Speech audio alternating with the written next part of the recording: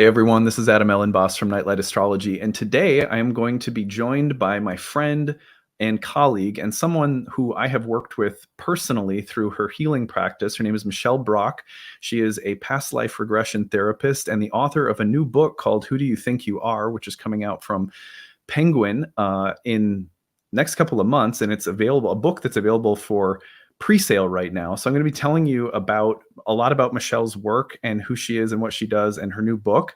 But we're going to be doing that within the context of a conversation also about what ancient astrologers said and what they believed when it came to past lives, past life regression, the transmigration of the soul, and stuff like that. I think you guys are going to really like Michelle. I've known her for a long time, and she's a fantastic person and a really great healer. And I love the concept behind her new book. So I'm excited to tell you guys about it. I worked with her last year and I had a really powerful healing experience. And I believe that, I get questions all year round from people saying like, evolutionary astrology is one of the big schools of modern astrology. We spend a lot of time looking at the progression of the soul through lifetimes and stuff like that. Ancient astrology, well, it doesn't focus as much on, say, reading the nodes of the moon as a way of understanding the soul's evolutionary journey, but ancient astrologers very much believed in the transmigration of the soul, the evolution of the soul, and things like that. So I want to lay some of that out there for you today and then bring Michelle on to talk about this subject in depth as well as her new book. Before we get into it, though, as always, don't forget to like and subscribe, share your comments and reflections. If you've ever had a past life regression or you've done past life regression therapy before, it'd be really interesting to hear some of your stories today or your own reflections about this topic in general. It would be just really interesting to see a little bit of conversation around the topic. So fill up the comments section. We'd love to see that today. If you want, you can find a transcript of today's talk on the website, nightlightastrology.com. And don't forget that we are in the midst of enrollment season right now. My new class, Ancient Astrology for the Modern Mystic, starts on November 18th. So it is not too late to sign up.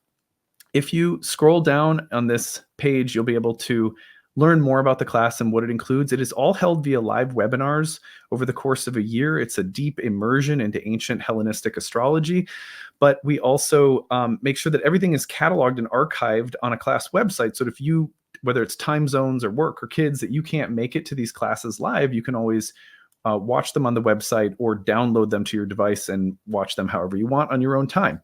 At the bottom of the page, you will also find some payment options, and registration is there at the bottom of the page. Early bird saves you $500 off. There is a 12-month payment plan if you want to spread things out over a year. And then we also still have spots left in our need-based tuition program. So if you are someone who needs a little bit of help to make studying astrology in this program happen, please do take advantage of that. We know that people are coming from a variety of different life circumstances. A lot of people have a lot of debt.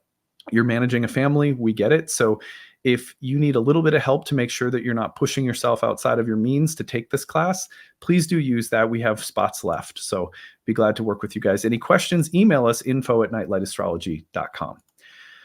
Okay, well, on that note, before I bring Michelle on to talk about past life regression therapy and her new book, which I know you guys are really going to like, I want to tell you a little bit about why this topic is relevant for us as students or consumers of astrology.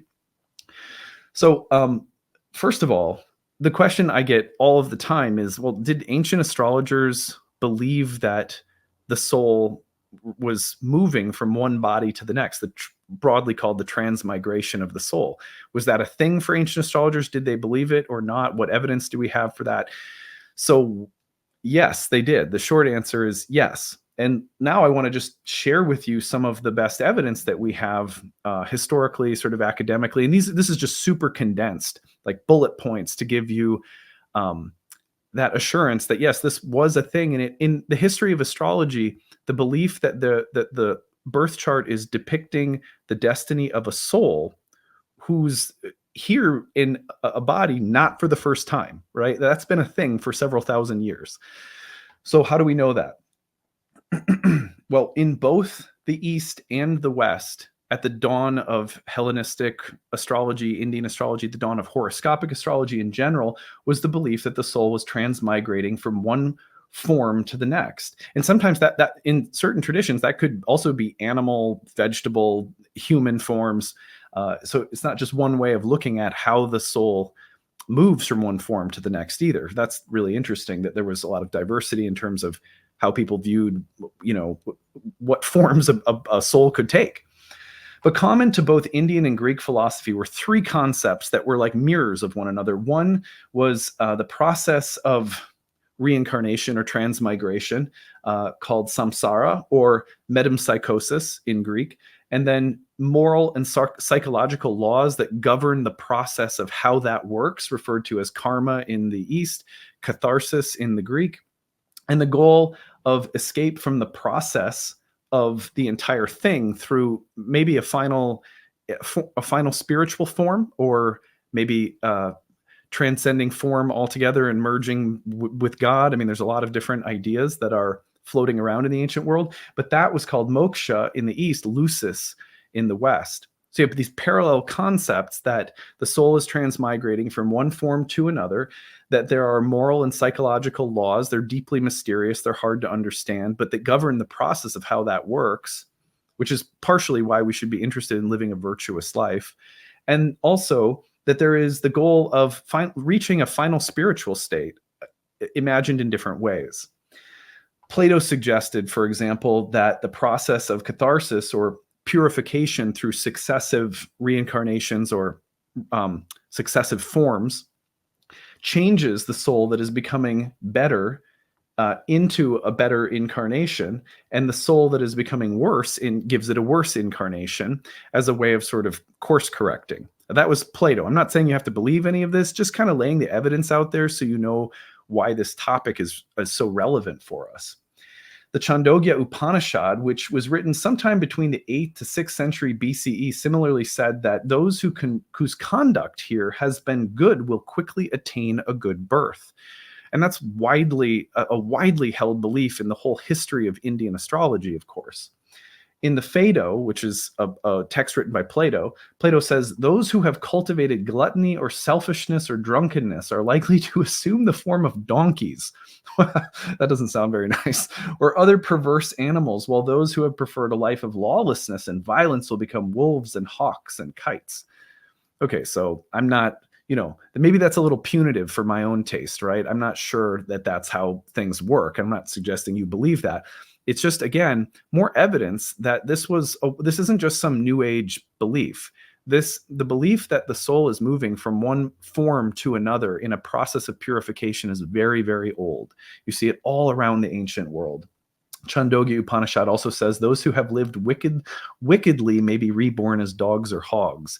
So again, some of this might be a little more punitive. Maybe maybe there's a lot more compassion involved in how this works than what ancient thinkers were imagining. Who knows? But the point is, again, this was widespread. For the Orphics, another school of mystics who practiced astrology, widespread practice of astrology among the Orphics, rebirth was dreaded, and escape from the, quote, sorrowful, weary wheel of fortune was the ultimate goal of that spiritual school, who again were some of the early carriers of the tradition of astrology. Cicero, who lived around 106 to sometime around 43 BCE, once said that the doctrine of transmigration was introduced into Greece by Pherecydes of Syros, and I'm probably pronouncing these names wrong, who Porphyry also said had the ability to remember his past lives. Remarkable. According to Apollodorus, Pherecydes may have lived around 550 BCE. This may date Pherecydes to the same time when Greek and Indian thought were fluidly connected by means of the Persian occupation of Babylon. So when the Persians occupied Babylon, it became this melting pot of philosophical and mystical traditions from both the East and the West. So it is very possible that we have people walking around that time who are remembering their past lives. That it's interesting to note that person is dated to around the same time where we would have seen a commingling of Eastern and Western teachings regarding a topic like transmigration. The historian Josephus also mentioned that Pherecydes learned from the Egyptians and Chaldeans. So it's, who again had similar beliefs. Similarly, Porphyry said of Pythagoras, when he strained with all of his mind, he could easily see everything there is in 10, yes, even 20 human lifetimes.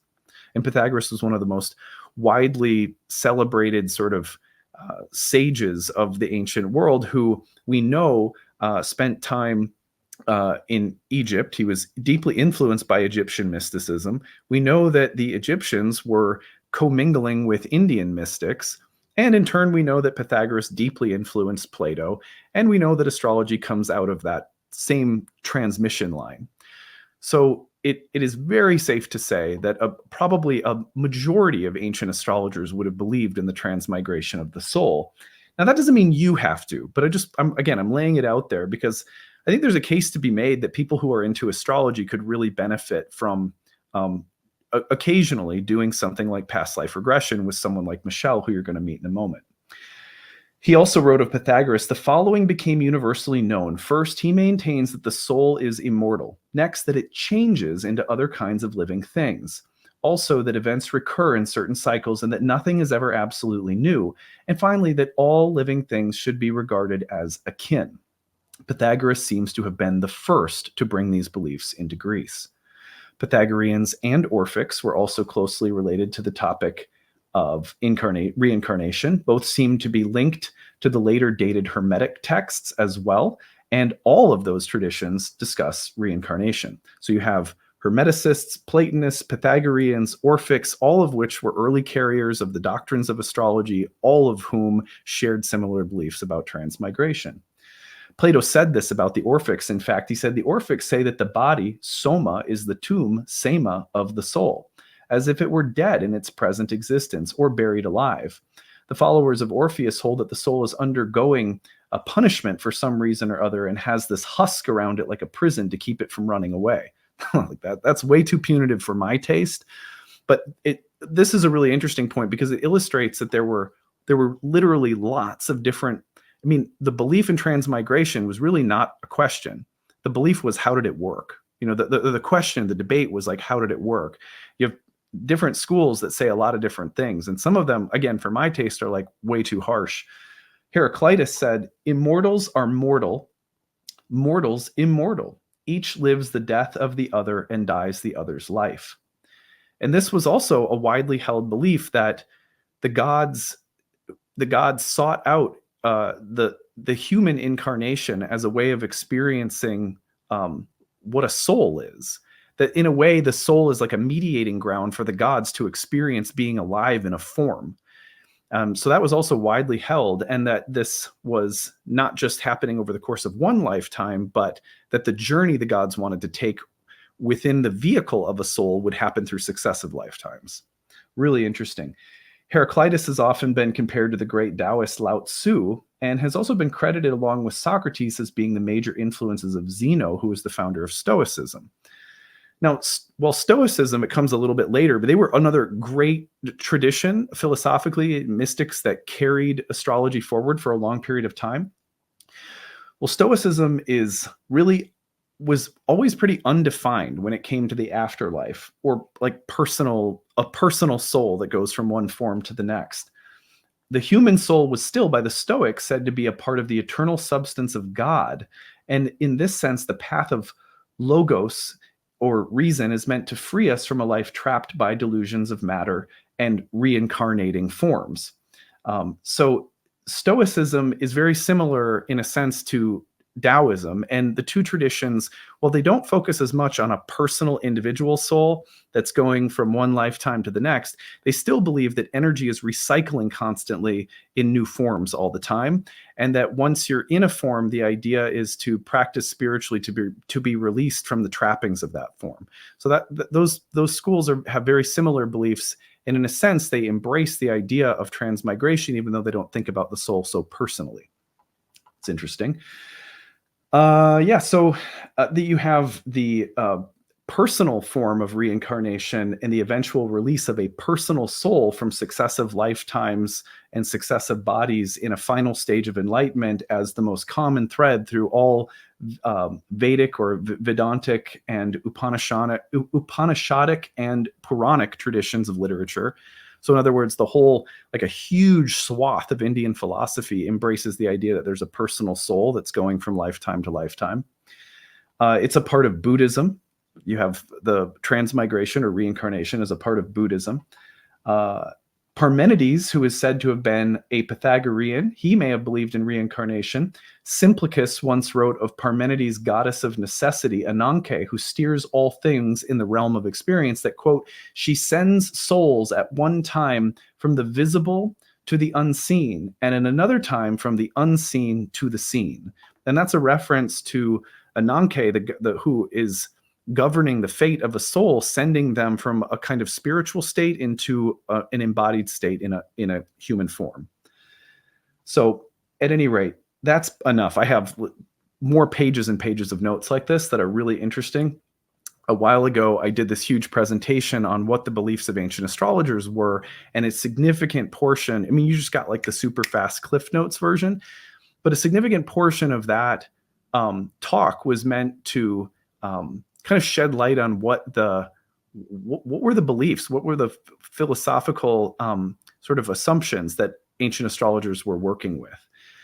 Well, about a year ago, I had the good fortune of working with Michelle Brock, who I'm going to bring on here in just a second, because I really thought, I want to try. I've never tried past life regression therapy. I've heard a lot about it. I believe in the transmigration of the soul. In fact, a lot of my experiences with ayahuasca deeply validated the feeling or experience of having lived past lives. And so I tried it, and I had an absolutely incredible experience with her. And so I thought to myself, when she told me that she had a book coming out, I said, please, I'd love for you to come on my YouTube channel and we can talk about your book. But even more importantly, we can talk about what past life regression therapy is and why it's important. And hopefully what I've done now is to establish for all of you that astrology very much has a connection with the topic of past lives and with something as valuable as regression therapy. So with that, I will bring on my friend and colleague, Michelle Brock. Hey, Michelle. Hi. So good to have you here. I'm so excited for you that you have this new book coming out. Yes, thank you so much. I'm super excited and grateful to be on your channel. Thanks for having me. Yeah, totally. Your new book is called Who Do You Think You Are? And the subtitle is An Interactive Journey Through Your Past Lives and Into Your Best Future. I'm going to put it up on the screen really quick so people can see it. And you can pre-order it right now from Penguin Random House. You can see it right here on the Penguin Random House site if you look it up.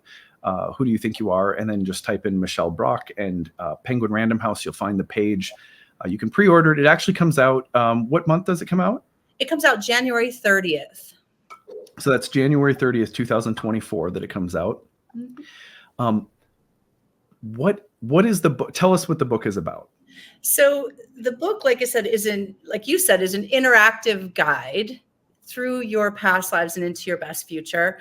And so it gives you a chance through a lot of kind of reflections and journaling exercises to really prime your unconscious mind to bring out kind of your own memories from your past lives, with the idea that your past lives are informing the life you're living right now, and that there's insight into your past lives that can kind of help you choose the trajectory that you would like to take in the future, the person that you would like to become. And I love your amazing research. That introduction really kind of laid it out, that it really is about becoming better, that's kind of the point of reincarnation that I think that most traditions agreed upon. Why do we reincarnate? We reincarnate to learn, to grow, to become better human beings. So the book kind of gives you a chance to look at your own past lives, see where you've been before, reflect on where you are today, and decide who you want to become in the future. Yeah.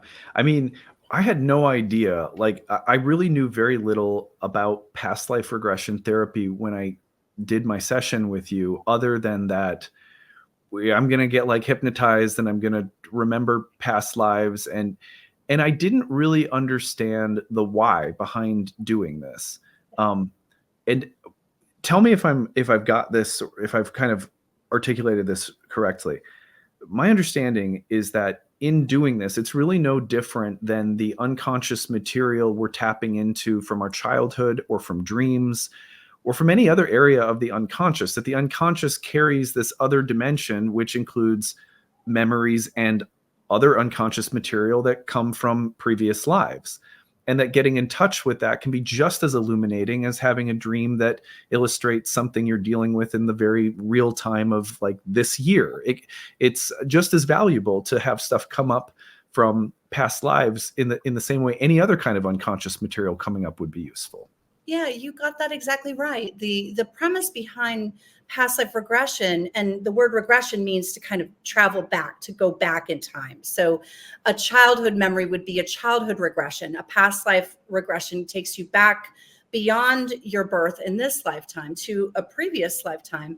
But the premise behind it is that we carry within our unconscious all of the memories that we've had of all of our incarnations, and perhaps even possibilities for our untapped potential for our future, because we could have an argument about the nature of time and if time actually exists. Right. But once you're able to kind of make that unconscious material conscious, I think there's a really great quote by Carl Jung that describes this, that it no longer directs your life, right? Mm-hmm. So once you're able to kind of go, oh, that's why I have attitudes about certain people or situations or limiting belief systems, patterns of behavior that you're stuck in, often for many lifetimes, not just in this life.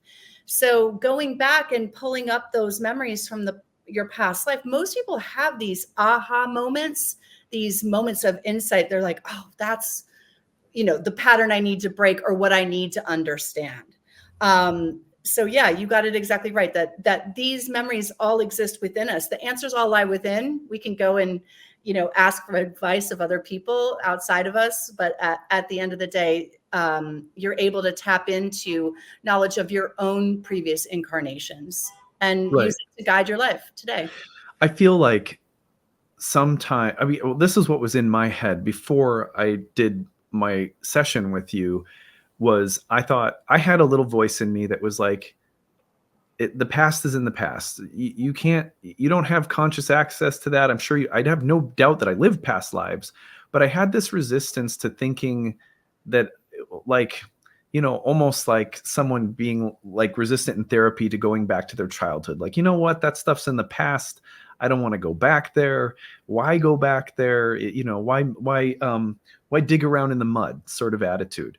And I was really blown away because I was so surprised by the kinds of memories, scenes, impressions, feelings that I had during my session with you, that I was like, oh, this is this is not what I was thinking it was. That's the only way I know how to say is that this was not about just digging around in old stuff. It felt to me like, I don't know, just the exact same feeling I get when I have dreams that are so vivid and over time have a lot to say to me. Maybe not right away do I understand them, because I've been working with some of the images that came up in our session for months. I mean, really spending time with them. And yeah, I was just so surprised. It was not what I was expecting.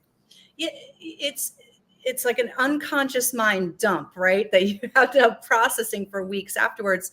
And it's interesting that you say that. It's never what you think it was going to be. I've worked with clients now for 17 years. Some people are like, oh, I think I know what's going to come up. It's never what they think, but it's always what they need to know and what's relevant in their life today, because the intention behind doing this work is about healing, healing the past in order to overcome the things that are holding you back, again, from the person that you would like to become, or the possibility that represents your highest potential in this lifetime. So, yeah. What prompted doing this for me, Michelle, was, and because I've told you, but everyone else doesn't, I was encountering a pattern that I was like, whoa, I've never dealt with this. This is different. Like this is different. I know myself and I know my shit, but this is like, oh, this is a little different, like unconscious material that's coming up that I've never really dealt with before. And I was like, huh. And something about it just felt like deja vu. That's how I would describe it. Like, this feels like very otherworldly. This feels like something that's it felt like karma. I don't know how else to put it. It just felt like this is old. This is something, this is like a little faded thing, an unresolved bubble from the past that's coming up. And it was a very distinct feeling. And that's what got me interested in it. And I was like, immediately thought of you because I've known you for a long time now. And we've been Instagram following each other for a long time and stuff. And so I was like, okay, I'm finally going to do this. Because it's not like I'm closed down to it. I just, like I said, like, I think it might be my Capricorn moon. I was just sort of like, I don't need to go into the past, you know? Then I did this and like, wow, was I so surprised at what came up. Yeah. But the other question I have for you is, let's say, I just want to know, because I have people that come and study astrology with me that are like, occasionally, doesn't happen often, but I have people who are total atheists. Yeah. I have people who don't believe in past lives. I have people who, you know, they're into astrology because it does something for them, but they don't connect with it on a belief level. Now, I came away with this being like, I feel like people could benefit from this, even if they don't even believe in past lives. Definitely. If they're like, I don't buy it at all, I'm still like, you should still do this, because there's something about it that I feel like, even if a person believed that it was only their imagination that was pulling up scenes and memories, I would say that there is still something of such powerful archetypes that came up for me, that even if I wasn't a believer in past lives, they were insanely valuable to see these scenes coming up. So I'm just wondering, have you ever had people who come and do this with you who don't even believe in past lives? Absolutely, all the time. And I think that what you're hitting on is actually really important, and something I talk about in my book quite a bit is that, you know, when you have a personal experience, that transcends faith and can become your own truth, right? And however you choose to define that is completely up to you. And yes, it's true. A lot of people associate the belief in reincarnation in past lives with certain religious traditions. And one thing that you and I have in common, and we've discussed this before, is that we both grew up with a religious background. And the religion I grew up in did not, you know, believe in reincarnation in past lives, but I had an experience that was multisensory. I felt it, I saw it, I knew it, and it felt true. So, you know, some people leave sessions with me like, I don't even know if that was real, but there's always a but. They're able to kind of connect it to their lives today. So to me, I would much rather work with someone who's a little bit more of a healthy skeptic than someone who's maybe read every book there is on reincarnation, and, you know, someone who's just willing to be open-minded and see what happens and see if they can find ways to make that relevant, you know, in their life. I'm not for or against religion at this point in my life. You know, I think that it serves a purpose for some people, but to codify beliefs around an institution doesn't ring true for me personally in my life. But, you know, like I said, it's all about having personal experience. And one of the major themes in this book is about divisiveness and looking at people as other, like, I believe this, I don't believe that. Well, in a past life, maybe you were the group that you think is the other, right? And that was my intention behind writing this book, was really like, if people could just see firsthand themselves, not believe it, not have this, you know, kumbaya past lives moment, but a real practical, tangible experience. And this is maybe my Taurus moon, right? Like to experience it, the embodiment of it. That it would really change the way that not only you think about yourself and your journey, but think about others as well. That maybe it would allow more compassion and empathy in the way that we see others and the concept of other. Yeah. I one of the things that I feel to that point, I remember I said to Ashley right afterward, that's my wife, in case people don't know. She comes on the channel quite a bit. But so afterward, after I had the regression, I said, you know what I was surprised by is I was not, in any of these memories in the lives I was living, I was not a person of any significance. And for some, I think this is, again, just like a new age stereotype, cliche. And I've seen, I mean, when you're around the new age scene for a while, you see some people who are really bonkers. So it's easy to like develop these stereotypes, but it's like, oh, as soon as someone's talking about a past life, it's like, well, I was the high priest of Atlantis, or something like that. And it's always like, geez, does it always have to be that you were, I always was so annoyed by that, and I went into this thinking, like, I'm sure, like, I'm sure that I'm going to come up with some theatrical thing or person that I was or something. And, I was kind of like skeptical about that too. No, I mean, in both, I was literally just an ordinary person with no great fame or anything.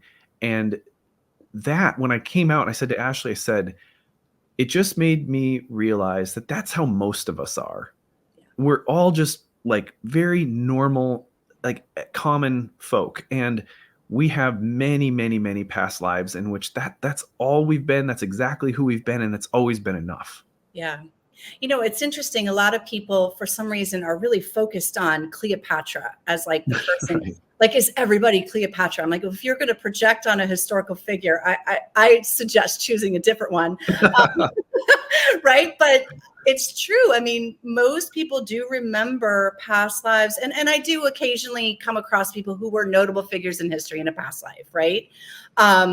Nobody who was wanted to do a press release and announce who they were. But for most of us, we're human beings on planet Earth trying to do life, right? And the things that interest me the most after all of the many years that I've been doing passive regression are the commonalities that we have, the universal experience of being human that transcends time periods, culture, background, race, gender, gender expression, all of that. So I've kind of become an amateur spiritual anthropologist, I guess is how you would say it. Like what makes us human and what makes us, be able to find ways to connect with each other and build bridges through this universal human experience. And like I said, that was my intention behind writing this book, because I don't need to tell anyone that there's a lot of divisiveness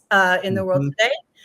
And as I'm sitting there watching this, and I came across the idea to write this book during COVID lockdown and Black Lives Matter, and all of this. I kept thinking, like, if everybody could just see what I've seen, which is that you're not who you think you are, right? That you're so attached to these identities that end up being false identities, right? So the book kind of leads people through each identity that we cling to as human beings.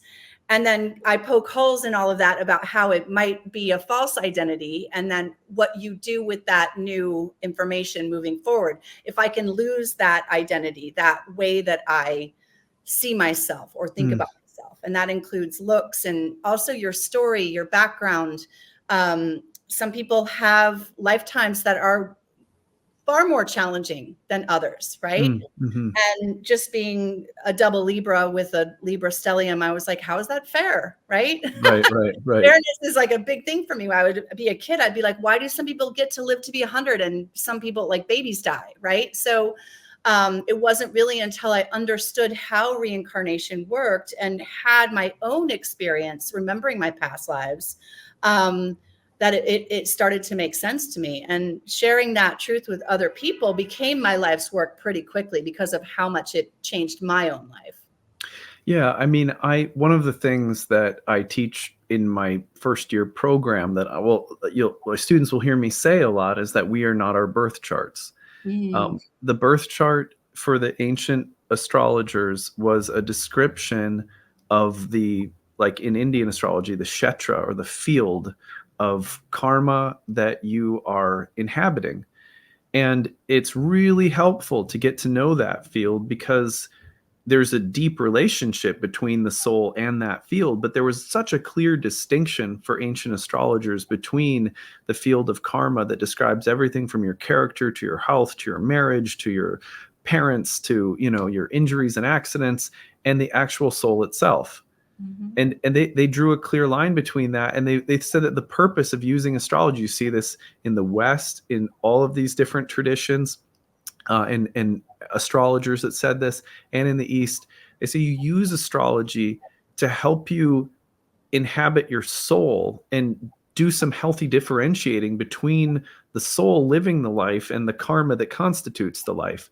Not that you want to be dissociative, not that you want to like reject the world or your body or your psychology or your culture, your race, your gender, and you don't want to reject any of that because it's part of who you are. But you also don't want to hold on to it so tightly that you become cloaked in ignorance of who you really are, which is a soul that has had different fields that it has moved through and will continue to have different fields that it moves through. Yeah, I think that that's really well said. And, one of the things that's really interesting about astrology is that I believe that we choose the circumstances of our birth in our lifetime. And this is something I learned from my own experience, as well as the experience of my clients who are doing regression work with me. They describe that there's free will, right? And that we choose when and where and how we're born. And with that comes this kind of blueprint of the things that we're working on, the tendencies, right? Like different planets have different strengths and weaknesses. And it kind of speaks to that we kind of have to be all things, like sun sign, moon sign, rising, like over many, many lifetimes in order to fully learn what it means to be embodied in physical form, in human form. And it's about learning and growing and becoming better. We don't know that where that ends, right? with are cycles ever never ending, or is there a goal? We don't know, right? But we know we're supposed to be better. We're supposed to. And I think like I would ask about the word better, because I'm sure that word will land with some people listening to this, like you have to do better. Yeah. But I think being better is really, I would equate it with inhabiting a more soulful, loving state of consciousness, right? That being better is really a way of saying becoming more luminescent, becoming more compassionate, forgive. When you think of better, sometimes people think of it sort of Saturnian. You got to pass 12th grade and go to college and get, like jump hoops. And from your work and the way that I've seen you work, with me in a session, and I'm sure this is in your book too, the way of thinking about better is really thinking about more light and love, right?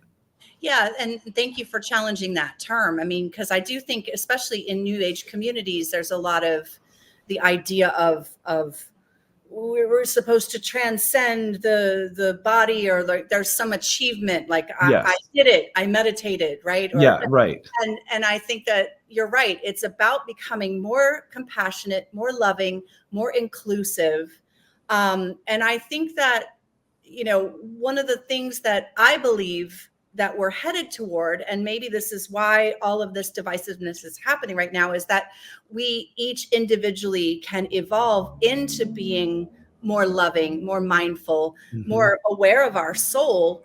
And then that will eventually create the collective change that is needed. I mean, we do still have some work to do with that, but that we're collectively evolving toward that goal. But it starts with each individual, and each individual having, experiences that point them in that direction that life gives you. And passive regression is one of, like you said, many different ways you can find that truth, because the truth is a universal truth. There's no one path. There's no one way. Yes. Right. Oh, so nicely said. Yeah. I want to ask maybe just one or two more questions. Then I want to tell people how they can find your book again, and make sure people know where to go to book a session with you, which I highly recommend. The next question I have for you is just, how did you get into this in the first place? And you also had a really, you had a special teacher, in my opinion, and maybe some people have heard of him too, but could you talk a little bit about how you got into this? Yeah. So I got into this through my own experience. It's kind of a long story, but my sister, who I'm very close with, gave birth to her youngest son in a hospital and had a near-death experience. And during that, and she was fine and the baby's fine, but she spoke a language that nobody could recognize during what was essentially a stroke. And her doctor was like, well, there was a guy who used to work at this hospital who wrote a book that might explain why she was speaking in a different language. And he gave us Many Lives, Many Masters by the great Dr. Brian L. Weiss. And I read it in one sitting. I couldn't put it down. It was literally like something lit up, within me. And yeah, I went to a workshop, and I'm sitting in an audience of obviously hundreds of people because he's a renowned teacher. And, I'm thinking, I really want to have this experience. And we'd had group experiences. Yes, there we go. It's a classic at this Classic. point. I remember when I read it for the first time. It's one of those books that also, too, most people describe as having a mystical like life of its own. Like, I don't know how it ended up on my bookshelf, or someone gave it to me. I don't know. Yeah. But he, was like, I can take one volunteer to come up on stage. And of course, everybody wanted to do it. And for some reason, even though I was sitting in the back, I'm like, ooh, me. He picked me, and I went up on stage, and I had an experience that completely changed the way that I look at everything. Like just complete filter change. Like, you go to the optometrist, right? And it's like, you're like, oh, can you see better now? Or now it was all of a sudden like, whoa. And I ended up, studying regression techniques with him, but it opened up this whole world into, energy medicine and intuition and shamanism and obviously astrology. And yeah, that was quite a few years ago. But I do consider him to be kind of the grandfather of this work. But, once I realized, and going back to your question, it changed my life so personally. And the story about the past life I had on stage was about losing my mother to cancer when I was only 2. And it was like 15 years of therapy in 20 minutes. Not that you can bypass the therapy kind of part. I don't mean to say that, but just understanding, that there was a larger purpose for that loss, understanding how my father acted, in the months afterwards. And actually that story is in Brian's book, Miracles Happen, which he published in, I think, 2012. And yeah, I just thought that this was just so profound and so personally helpful and life-changing that I feel like I get to pay that experience forward on a daily basis with every single person that I work with. So the joke I always make is that it's impossible to have a boring day at the office, right? And I'm sure you agree with me. Mm-hmm. People are fascinating. Their stories are fascinating. I'm a history nerd. I was before I got into past life regression. So, but yeah, and this book is really a culmination of everything that I've learned from over the last, I think it's now 17 years, watching people have these experiences and then doing it long enough that I can actually track how their lives change. I'm kind of either social media friends with people, or they send me updates, people that were trying to conceive and end up getting pregnant after remembering dying in childbirth in a past life and realizing they had an unconscious fear. Is it psychosomatic or is it a past life? Who cares, right? They're happy, they're joyful, or getting married or starting new businesses. It's literally the most rewarding work out there. So, well, and I can say personally that the unconscious material that was coming up for me after I did the regression work, within a couple of months after that work was just gone. It had resolved itself. So I certainly benefited from it to the extent that I really wanted to get you on my program and make sure that people knew about your work. I think you're very talented. I can't wait to read your book myself. I couldn't recommend for all of you out there highly enough checking out Michelle's work for yourself. You guys know me. I don't bring people on to my show unless I like them and I like their work. So you can find Michelle on Instagram at, the handle is Past Life Michelle. Is that right? That's right. Yep. The book, once again, is called Who Do You Think You Are by Michelle Brock. And I'm going to share the Penguin Random House page. So you can see, who do you think you are? The subtitle is An Interactive Journey Through Your Past Lives and Into Your Best Future. I can't tell you guys enough. If you are someone who is like, oh, past lives, it's new age fluff. This is not. I don't like new age fluff. I've got a Capricorn moon. I tend to be very skeptical about that kind of stuff. I think what Michelle does and the way she thinks about and works with this topic is very enlightened and super practically helpful. It really helped me.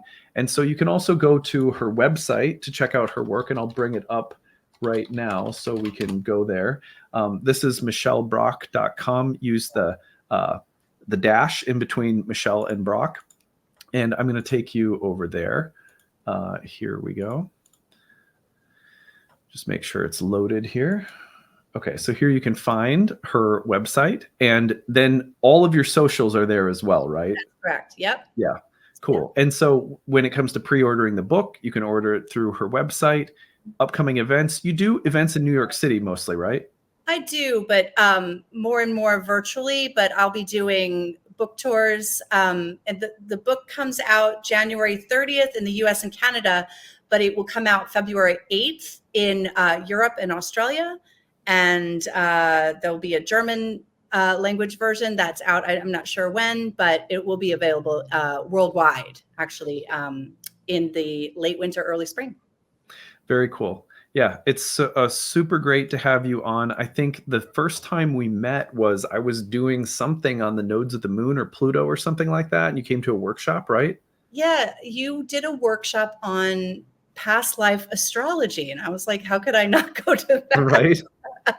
But it was wonderful, and I'm really grateful to be a guest on your channel because I'm a fan of your channel. I watch all of your content. So thanks. Thank you so much. You're a really talented teacher, and I really appreciate you giving me the chance to share my passion and my work with your audience. You know, I was telling Ashley I was doing this interview, and she's like, "Oh my God, I've been meaning to book my own session with Michelle for a while now." And I was like, "Yep, you've definitely, whenever it's time, but do it because you'll really like it." Awesome. Yeah. So, yeah, thank you so much for being here, and for all of you out there. I hope also that the little intro gave you some.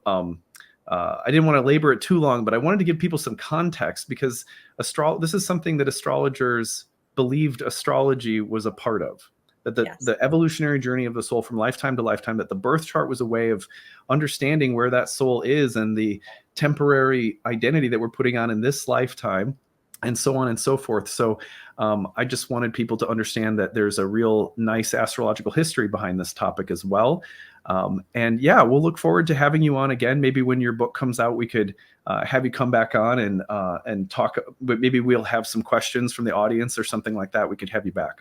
I would love that. Thank you so much. Yeah, that'd be so much fun. Okay, well, thank you everybody for listening. Be sure to check Michelle's work out and leave your comments in the comment section. Have you ever had a past life regression therapy session before? Have you ever had any significant experiences between the symbols in your birth chart and memories of past lives? We'd love to hear your stories as well, and we'll look forward to talking to you guys next time. Bye, everyone.